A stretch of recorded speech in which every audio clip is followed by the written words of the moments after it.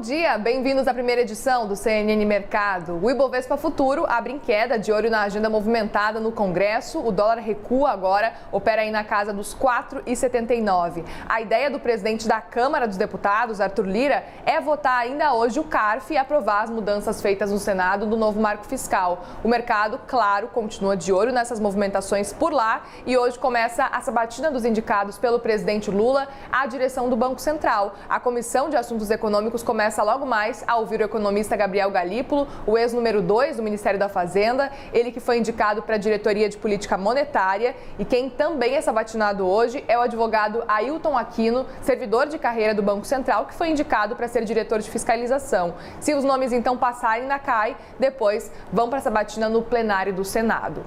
E também por lá tem votação do Marco das Garantias, notícia que é destaque no nosso site da CNN Brasil. A Comissão de Assuntos Econômicos do Senado se reúne hoje também para votar o marco. O projeto de lei muda as regras para garantias de empréstimos a fim de diminuir os juros e o custo do crédito. O texto possibilita utilizar o mesmo imóvel como garantia em mais de um financiamento. Se for aprovada, a medida segue para o plenário do Senado e, se passar por essas duas etapas, o marco ainda vai voltar para a Câmara antes da sanção presidencial. E o mercado também segue repercutindo a participação de Lula na reunião da cúpula aí do Mercosul na Argentina, uma vez que o Brasil vai assumir a presidência do bloco em meio ao impasse nas negociações do acordo comercial com a União Europeia. Agora há pouco, na quarta edição da sua live semanal, o presidente Lula falou sobre esse assunto, viu? Lula disse que busca fazer uma política de ganha-ganha e que não deseja um acordo em que um dos blocos tenha desvantagens em relação ao outro. O presidente ainda disse que os países do Mercosul não aceitarão imposições por parte da União Europeia e que acredita que ninguém no mundo tem autoridade moral para discutir a questão da energia limpa com o Brasil.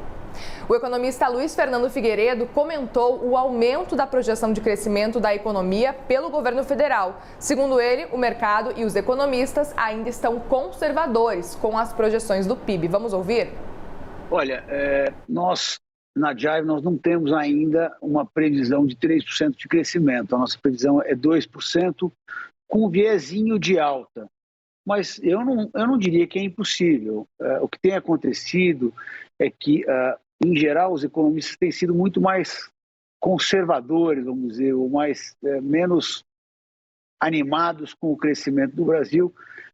Só que a gente tem que lembrar que o Brasil passou nos últimos 6, 7 anos por um conjunto enorme de reformas que, no final, acabam trazendo mais produtividade e até ampliaram bem o investimento, que quer dizer mais crescimento. Então, o que tem acontecido é que o mercado tem errado muito nas suas previsões de crescimento. Vamos lembrar que até pouco tempo atrás, um mês e pouco, as previsões eram abaixo de 1% de crescimento. E agora nós estamos falando em 3%. As coisas não mudaram tanto assim para as previsões mudarem tanto. Aqui a turma tem errado bastante. Bom, e nos Estados Unidos, as bolsas de Wall Street estão fechadas por causa do feriado da Independência, o 4 de julho.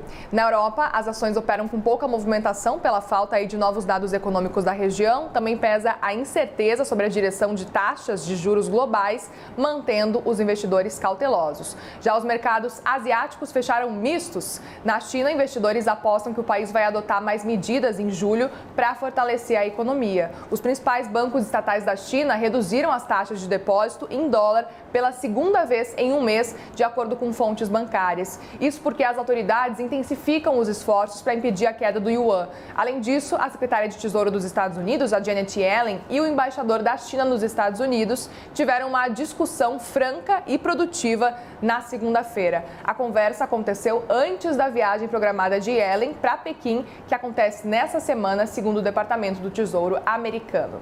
O CNN Mercado vai ficando por aqui. Eu volto então 12h25 com todas as atualizações do mercado de hoje. Elizabeth está chegando agora com o Live CNN. Até mais.